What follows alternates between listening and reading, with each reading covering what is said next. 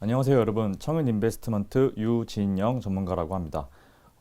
주식을 투자할 때 여러 가지를 공부를 해야 합니다. 차트 분석도 그렇고요. 그리고 사업 보고서 읽는 법도 어느 정도 알아야 하는데 저는 그 중에서도 기본적 분석에 대해서 강의를 해드리려고 합니다. 첫 강은 투자가 무엇인지, 사람들은 보통 투자를 한다고 하는데 그 투자가 뭔지도 모르는 채 주식 시장에 뛰어들게 되는데요. 저는 잘못된 투자 습관을 좀 바로잡고자 먼저 투자를 먼저 설명을 해드리고, 그 다음에 기본적 분석을 이제 함에 있어서 어떤 것들을 알아야 하는지를 여러분들께 교육을 해드리려고 합니다. 먼저 여러분들이 왜 주식 투자를 하고 계시는지를 좀 알아야 될 것 같아요.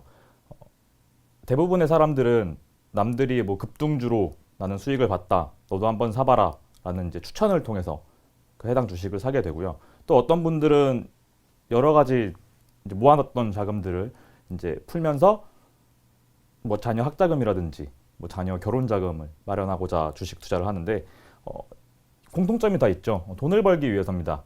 돈을 벌기 위해서 주식을 하는데, 한 가지 예를 들어 볼게요. 만약에 자녀분께서 이제 결혼을 하시는데 사위나 혹은 이제 와이프 되시는 분이 왔습니다.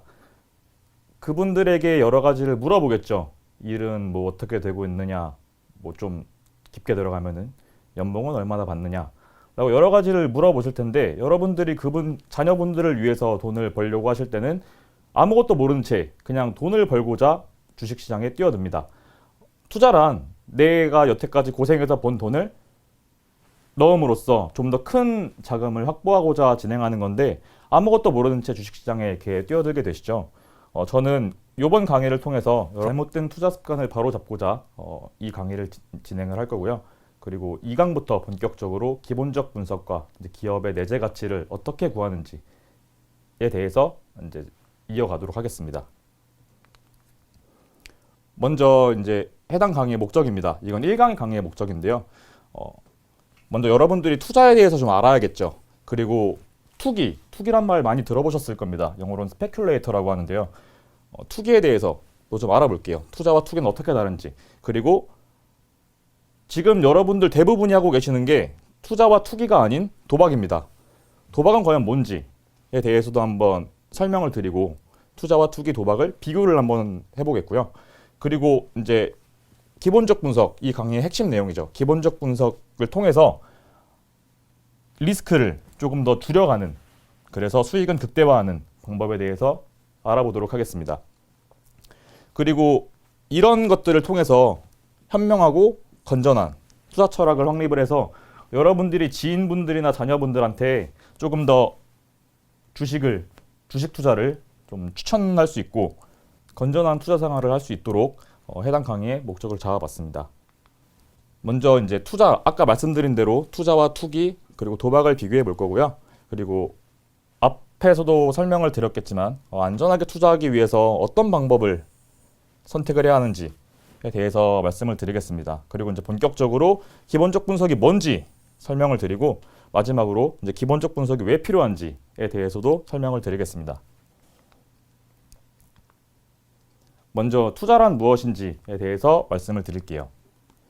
투자의 사전적 정의는 일정 기간 동안 생활활동의 결과로서 새로 추가된 자본의 증가분, 장차 얻을 수 있는 수익이죠. 장차 얻을 수 있는 수익을 위해서 현재 자금을 지출하는 것을 의미합니다. 아래 보이시는 사진은 이제 세계적으로 유명한 투자자들인데요. 먼저 벤자민 그레이엄 같은 경우에는 여러분들도 많이 들어보셨을 겁니다. 지금 오하마의 현인이라고 불리는 워렌 버핏의 스승으로 알려져 있는데요. 속된 말로 담배꽁초 투자를 하신 분입니다. 어떤 기업이 지금 돈을 얼마나 벌고 뭐 그런 건 상관없이 이 기업을 청산했을 때 현재 기업의 가치보다 조금 더 많은 돈을 받을 수 있으면 그 기업은 투자해도 된다라는 식으로 접근을 했고요. 벤자민 그레이엄 같은 경우에는 미국 대공황을 경험한 사람입니다. 그래서 경제가 정말 추락할 대로 추락한 것을 목격했기 때문에 기업이 돈을 못 벌 수도 있는 상황이 올 수도 있다. 해당 리스크를 지울 수 있는 방법은 이 기업의 청산 가치를 구해서 기업이 사업이 망해서 기업을 남들에게 넘겼을 때 혹은 팔았을 때 어떻게 얼마만큼 돈을 더 받을 수 있을지를 좀 더 중요하게 본 투자자라고 할 수 있습니다. 두 번째로 세스 클라만이라는 사람이 있는데요. 이분은 벤자민 그레이엄이 처음으로 이제 개념을 제시한 안전마진이라는 개념을 굉장히 중요하게 여기고 또 해당 내용으로 책까지 출판한 사람입니다. 이 사람 같은 경우에는 이제 인베스터, 즉 가치 투자자를 제외하고는 모두를 주식을 투자할 때 있어서 좀 부정적으로 봤다고 보시면 됩니다. 오로지 가치 투자만이 시장에서 좀 더 큰 수익을 벌 수 있고 나머지는 다 도박으로 좀 치부를 한 굉장히 극단적인 성향의 투자자라고 할 수 있습니다. 그리고 여기 보시는 어스워드 다모다란이라는 사람이 있는데요.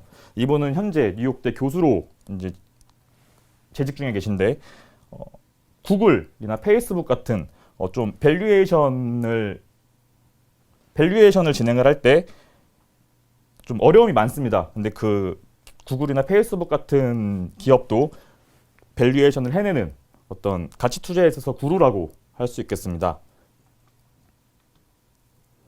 그리고 다음으로 투기를 알아볼게요.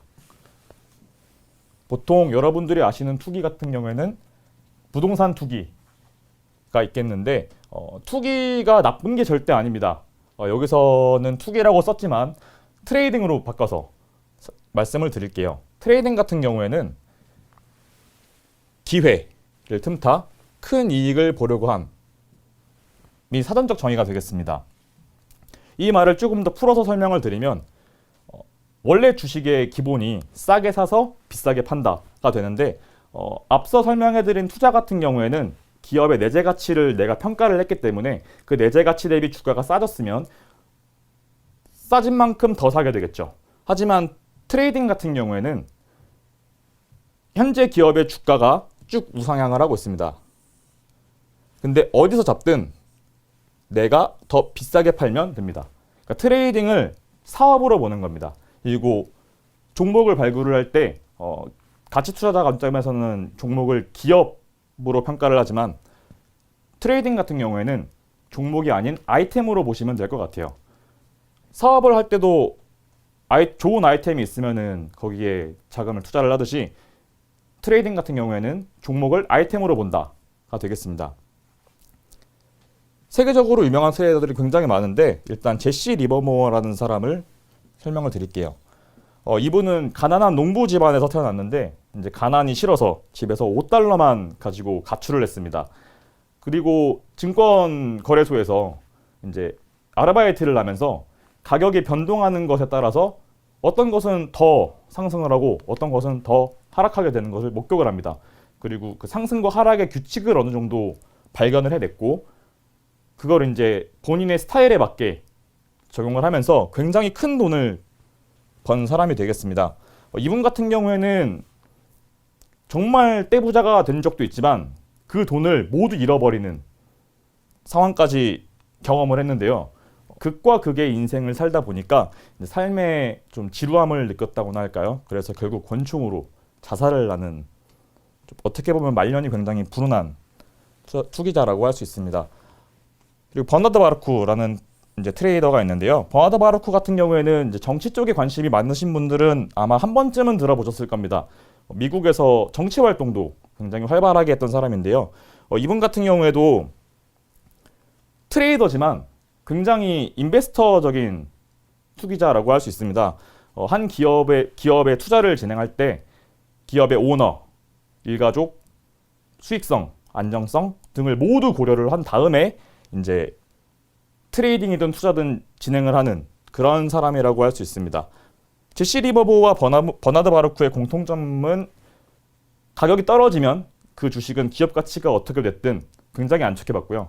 무조건 상승하는 종목 위주로 이제 트레이딩을 진행을 했다 보시면 되겠습니다. 마지막으로 윌리엄 오닐입니다. 윌리엄 오닐 같은 경우에는 이제 켄 슬림이라는 것으로 굉장히 유명한데 이분도 마찬가지로 트레이딩을 할 때 추가 매수보단 추격 매수를 이제 즐겨 하시는 분이세요. 좀 쉽게 말씀드리면 이제 속된 말로 물타기는 절대 안 되고 우리는 추격 매수 불타기만 한다. 그리고 그게 올바른 트레이딩 매매 방법이다라고 이제 설명을 하는데, 이 세 트레이더들 모두 상승할 때 주가가 빠지는 건 안 되고요. 상승할 때 추세를 잡아서 진입을 해서 내가 들어간 시점보다 더 비싼 가격에 판다가 목적이 되겠습니다. 다음으로 도박을 알아볼게요. 여러분 도박 다 아실 겁니다. 흔히들 한탕 해보려고 이제 어디든 가서 하게 되는데, 여기 보시면 우연성에 제가 박스를 쳐놨습니다. 한 가지 예를 들어볼게요. 여러분이 도박장에 갔습니다. 도박장에 가서 어떤 사람이 동전을 계속 던지고 있는 걸 목격을 했습니다. 그리고 거기에 여러 사람들이 이제 돈을 걸게 되는데 계속 앞면이 나왔습니다. 앞면이 13번 정도 나왔다고 가정을 해볼게요. 그럼 여러분들은 앞면에 거실 거예요? 뒷면에 거실 거예요? 한번 마음속으로 생각을 한번 해보시겠어요? 자, 나는 앞면이 계속 나왔으니까 앞면에 돈을 건다. 근데 뒷면이 나왔습니다. 그럼 난 돈을 잃겠죠. 또 한번 걸어볼게요. 이번엔 뒷면에 걸까요? 앞면에 걸까요? 자, 이번엔 앞면에 건다고 생각을 해보겠습니다. 또 뒷면이 나왔습니다. 자, 또 돈을 잃었어요. 확률에 따라서 내 수익과 손실이 갈리게 되죠. 우연성. 우리는 고등학교나 중학교 수학 때 동전 던지기 수학 문제를 많이 풀게 되는데, 동전을 무한 번 반복해서 던지면 어쨌든 2분의 1에 수렴하는 거를 목격할 수 있습니다. 확률이 반반인데 거기에 돈을 거는 거죠. 정말 쉽게 말씀드리면 이게 도박이라고 보시면 됩니다. 정말 우연성에 돈을 거는 행위인데요. 한번 예를 들어볼게요. 주식시장에서. 여러분 돈스코이오 얼마 전에 굉장히 이슈가 됐는데 다들 한 번씩 들어보셨을 겁니다. 돈스코이오는 러시아 군함입니다. 러시아 군함인데, 러일 전쟁 때 이제 일본한테 패퇴를 해서 후퇴하는 러시아 군함 돈스코이오는 돈스코이오에 타고 있던 군인들에 의해 자침당합니다. 이제 울릉도 독도 부근에서 자침을 당했는데, 그 당시에 그 러시아 군인들이 울릉도에 상륙을 해서 울릉도 주민들한테 도움을 굉장히 많이 받았다고 해요. 근데 이제 그 당시에 울릉도 주민들이 그 러시아 군인들한테 황금을 받았다라고 해서 돈스코이오가 보물선이다라고 이제 잘못된 인식을 갖게 됐습니다. 그때부터 시작됩니다. 자, 1981년 도진실업이라는 기업이 있었는데 돈스코이오에 대한 소식을 듣고 이제 발굴 작업에 나섭니다. 하지만 실패로 끝나게 됐습니다. 자, 2000년 동아건설이라는 곳에서 돈스코이오 발굴을 할 거다. 여러분들 우리 기업에 투자해라. 라고 대대적인 광고를 했어요. 하지만 결과는 상장 폐지. 자, 그리고 최근 신일산업이라는 곳에서 또 돈스코이오를 발굴하겠다고 주식시장에 대대적인 홍보를 했습니다. 해당 종목의 주가는 상한가를 기록을 했고요.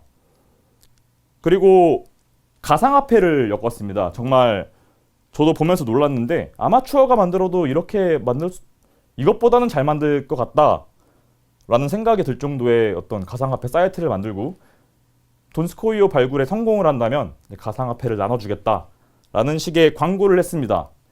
하지만 그 광고를 기획하고 발굴을 진행할 CEO는 어디에도 보이지 않았고요. 항상 대리인이 나와서 돈스코이오를 발굴 어느 정도 진행됐다 라는 식으로 좀 허위성이 짙은 광고를 계속해서 진행을 했습니다.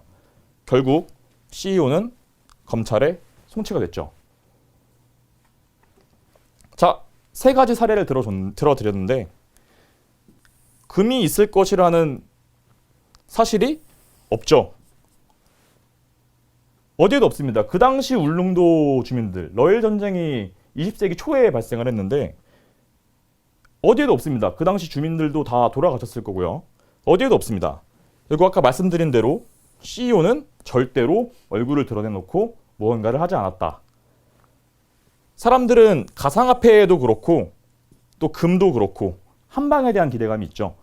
도박도 한탕 해보려고 가시지 않습니까?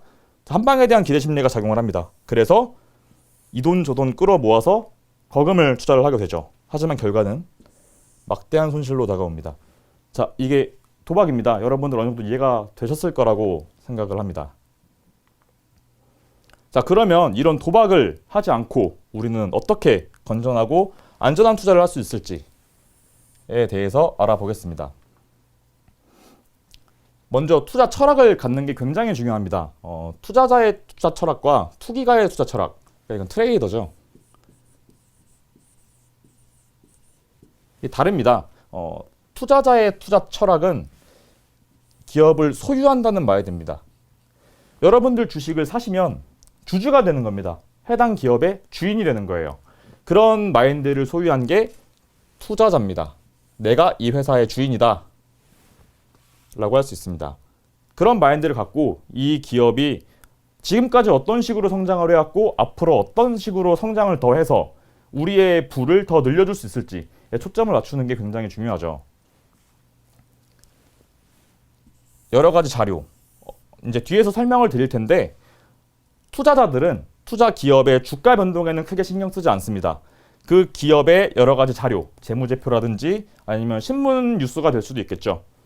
그러한 지표들을 통해서 이 기업이 앞으로 성장할 수 있구나, 주가와는 무관하게 그냥 그 기업이 가지고 있는 본연의 가치는 계속 상승을 할 거다라는 것에 초점을 맞추고 내재 가치를 판단하게 됩니다. 여기도 제가 한 번 더 써놨지만 단기적인 주가 움직임은 신경 쓰지 않습니다. 그냥 기업의 가치에만 집중을 하고 만약에 이 기업의 내재 가치가 내가 생각하는 바대로 흘러가지 않게 됐다라고 한다면 이제 앞서 세스클라만 설명을 드렸을 때 안전마진 말씀드렸는데 물론 뒤에서도 설명드리겠지만 그 안전마진이 확보가 되어 있으면 내재 가치가 내가 생각하는 것과는 달리 좀 꺾였을 때는 무사히 손실 없이 이탈할 수 있다라는 것을 뒤에서 한 번 더 설명을 드리겠습니다. 다음으로 트레이더입니다. 투기가인데 투기가들은 아까 말씀드렸지만 가격의 움직임에 초점을 맞춥니다. 이 기업이 무슨 일을 하건 어떤 일을 하든 상관없습니다. 그냥 주가 변동에만 신경을 써서 비싸게 사든 싸게 사든 조금 더 높은 가격에 파는 걸 목적으로 하고 있습니다. 하지만 이제 아까 말씀드린 대로 버나드 바르크 같은 사람들은 가격 움직임도 중요하지만 그 기업이 어떤 일을 하고 있고 수익성은 어떻게 되고 재무상 부채는 얼마나 되는지 굉장히 중요하게 생각을 했는데요. 최소한의 기본적 분석을 하게 된다면 리스크는 제거가 되겠죠. 정말 극단적인 말씀을 드리면 이 기업이 얼마 전에 적자로 전환을 했습니다. 그렇게 한번 가정을 해볼게요. 돈을 계속 벌다가 돈을 못 벌게 됐어요. 자본이 이제 잠식이 당하고 있어요. 그래도 주가가 올라간다라는 판단이 들면 들어갑니다. 어떻게 보면 도박이라고 할 수도 있지만 추세를 굉장히 중요하게 보는 이제 투자자들이기 때문에 상관이 없죠. 그냥 난 더 비싸게 팔면 끝나니까. 내가 보유하고 있는 상승 추세, 계속 말씀드리지만 추세가 우상향을 하게 되는 종목을 자산으로 보게 됩니다. 기업이라고 보지 않고 내가 소유한 자산이라고 보는 겁니다. 그리고 이 자산, 즉 상품이 올라가고 있으면 건실한 상품이고요. 가다가 미끄러지면 부실한 상품입니다. 여기에만 초점을 맞추고 매매를 하게 됩니다. 자, 다음으로 펀더멘탈이라는 말이 나왔어요. 펀더멘탈을 확인을 해야 되는데 이거는 투기가의 투자 철학보다는 투자자의 투자 철학과 조금 연관이 깊습니다.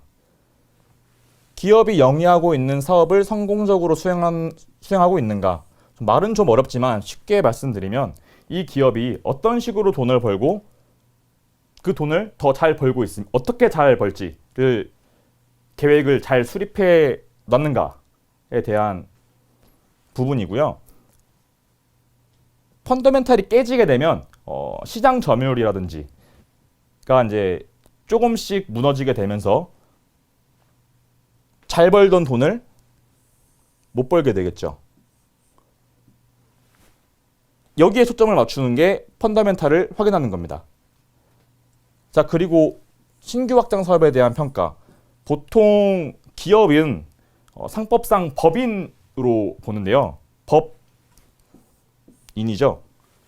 기업도 사람과 마찬가지로 라이프 사이클이 있습니다.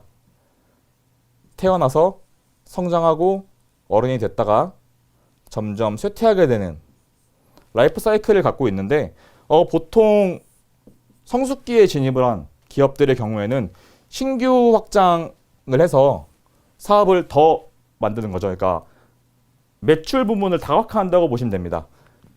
이 꺾이는 걸 위로 올리려고 노력을 많이 하죠. 근데 신규로 확장을 하는 사업이기 때문에 해당 사업에 대한 평가는 우리가 알 수 없어요. 하지만 그 산업에 대한 평가는 가능합니다. 예를 들어 최근에 가장 핫한 2차 전지, 그 전기차죠. 전기차 산업이라든지 아니면 AI 기반의 사업 같은 경우에는 우리가 앞으로 어떻게 될지 여러분들도 어느 정도 생각은 하고 계실 겁니다. 그런 걸 보는 걸 펀더멘탈을 확인한다라고 할 수 있겠습니다. 여기 하나 예를 들어 놨어요. 서진 시스템이라는 기업이 있습니다. 이 기업 같은 경우에는 반도체와도 연관이 깊고요. 그리고 5G, 요즘 가장 핫한 5G 산업에도 관련이 있는데 이 기업이 얼마 전에 유상증자를 냈어요. 유상증자를 하게 되면 보통 주가는 하락합니다. 근데 유상증자를 하게 되는 원인을 보게 되면 신규 사업 확장을 위해서 우리는 유상증자를 한다라고 공시를 했는데요. 펀더멘탈을 망가뜨리지 않고 펀더멘탈을 조금 더 키우기 위해서 하는 유상증자이기 때문에 이 주가 하락은 오히려 서진 시스템 주식의 비중을 늘리는 기회가 될 수 있습니다. 보통 트레이더들 같은 경우에는 유상증자 소식이 나오게 되고 주가가 하락하게 되면 바로 매도를 할 텐데 인베스터, 투자자 관점에서는 오히려 주식 비중을 늘리는 기회로 삼을 수가 있습니다. 이런 부분들을 구분하는 걸 또 뒤에서도 말씀드리겠지만 조금 더 명확하게 설명을 드리고자 합니다. 자, 그리고 기업이 얼마나 건실한지에 대해서 확인하는 게 굉장히 중요합니다. 빈도와 심도라고 적어놨는데 이 기업에 악재가 발생을 했습니다. 근데 그 악재가 과거에 얼마나 자주 그리고 얼마나 강하게 발생을 했는지를 체크를 해야 됩니다. 가령 5개년간 해당 기업의 뉴스를 쭉 살펴보면 대주주가 횡령을 하는 경우가 굉장히 많은데 자기 자본 대비 금액은 그렇게 크지 않습니다. 그리고 해당 기간의 주가가 그렇게 크게 밀리지 않았습니다. 라고 한다면 내가 투자를 진행할 때 같은 이슈가 반복해서 나오더라도 그렇게 크게 신경을 안 써도 되겠죠. 자, 그리고 위와 같은 뉴스, 아까 말씀드린 뉴스를 검색을 하는데 자료가 잘 나오지 않습니다. 내가 발견하고자 하는 리스크가 명확하게 나오지 않을 경우에는 그냥 투자를 보류하는 게 낫습니다. 왜냐하면 주식시장에는 2,000개가 넘는 상장기업이 있습니다. 종목 많은데 뭐하러 한 기업에 이렇게 목매다는지 전 잘 모르겠거든요. 투자를 보류하는 게 낫다라고 말씀드리고 싶습니다. 자, 그리고 돌발 악재입니다. 이거는 우리가 알지 못합니다. 내가 오늘 산 A라는 기업의 주식이 있는데 A라는 기업의 대표가 횡령 배임을 해서 A기업이 상장 폐지를 당하게 될 위험에 처했습니다. 얼마든지 발생할 수 있습니다. 하지만 그것에 대한 징조를 확인은 할 수 있습니다. 재무제표를 조금이라도 공부하신 분들은 뭔가 좀 이상하다라는 걸 알게 되실 텐데요. 그런 징조를 확인하면은 또 투자를 보류할 수 있겠죠. 이 기업의 주가가 내일 상한가를 가더라도 나는 리스크를 회피하기 위해서 투자를 보류하는 것이기 때문에 너무 아쉬워 안 하셔도 됩니다. 돌발 악재에 대한 징조 확인, 아까도 말씀드렸지만 상장 폐지 기업의 공시 내용, 예를 들어 재무제표라든지 아니면 사업보고서를 계속 읽어보시면은 어느 정도 징조를 확인하실 수 있을 겁니다. 이 부분도 뒤에서 설명을 드리겠습니다. 자, 상장 폐지 기업 예시입니다. 넥솔론이라는 기업이 있는데 상장 폐지가 돼서 시장에서 쫓겨났습니다. 자, 보시면 유동 자산이 있고요. 유동 부채가 있습니다. 유동 자산, 유동 부채가 뭔지는 모르셔도 됩니다. 그냥 자산과 부채가 있다 정도로만 보시면 되세요. 이 강의를 끝까지 들으시면 자산과 부채가 뭔지 명확히 아실 수 있을 거고 왜 넥솔론이랑 기업이 시장에서 쫓겨났는지 어느 정도 이해가 되실 겁니다. 유동 자산보다 내가 갖고 있는 자산보다 부채가 더 많습니다. 내가 자산을 다 팔아도 이 부채는 갚지 못합니다. 계속 그렇죠. 여기도 그렇고요. 자, 결국에는 차입금이 0이 되는데 보시면 회생 채무가 이때 생깁니다. 산업은행에 넘어간 거죠. 기업이 너무 부실해져서 이제 더 이상 우리가 살릴 방법이 없다. 해서 이제 산업은행에 넘어간 겁니다. 이런 식으로 찾아낼 수 있습니다. 여기 보시면 산업은행의 정부, 그러니까 채무죠. 이게 늘어나죠. 이런 식으로 투자를 진행할 때 리스크를 관리할 수 있다를 말씀드리려고 상장 폐지 기업을 예를 들어봤습니다. 다음으로 신택이라는 기업인데요. 신택도 상장 폐지 당한 기업 중 하나입니다. 제가 이 기업을 설명을 드리는 이유는 재무제표 공부를 아무리 열심히 해도 도저히 못 찾겠는 또 리스크가 있습니다. 여기 보시면 수정 전, 수정 후인데요. 이 수정 후라는 건 상장 폐지를 당하게 된 원인, 이 뭔가를 이제 알아내고자 할 때 수정을 하게 되면서 진짜 재무제표를 만드는 거죠. 자, 해당 기업의 주가가 상승을 할 때는 이슈가 있었는데 그 이슈는 삼성중공업에서 이 신택을 인수한다 라는 소식이 들리면서 코스닥 상장 기업 중 초우량 기업으로 이제 평가가 됐습니다. 하지만 뜯어봤더니 경남은행 차입금 83억 원이 연체가 됐어요. 갚지 못했습니다. 이후에 부도가 확정이 됐고요. 정례 매매를 거쳐 상장 폐지가 됐습니다. 또 하나 예를 들 수가 있습니다. 자료는 제가 굳이 안 갖고 왔는데 중국 원양자원이라는 기업이 있었습니다. 해당 기업의 경우에는 정말 초우량 기업으로 주가가 어디까지 올라가더라도 저평가다라는 말이 많았습니다. 하지만 상장 폐지가 됐죠. 재무제표 같은 경우에는 언제든지 좀 속여서 쓸 수가 있죠. 이거를 회계법인에서 이제 감사를 나와서 잘 벗겨내 보고 그리고 투자자분들에게 알려드려야 하는데 회계법인조차 속일 수 있고 혹은 회계법인과 같이 합심해서 속된 말로 가라 재무제표를 만드는 거죠. 따라서 이런 기업들 같은 경우에는 재무제표를 아무리 공부해도 알아내지 못합니다. 하지만 그래도 봐야 합니다. 그래야 앞에서 설명드린 넥솔론 같은 기업은 피할 수가 있죠. 충분히 피할 수 있습니다.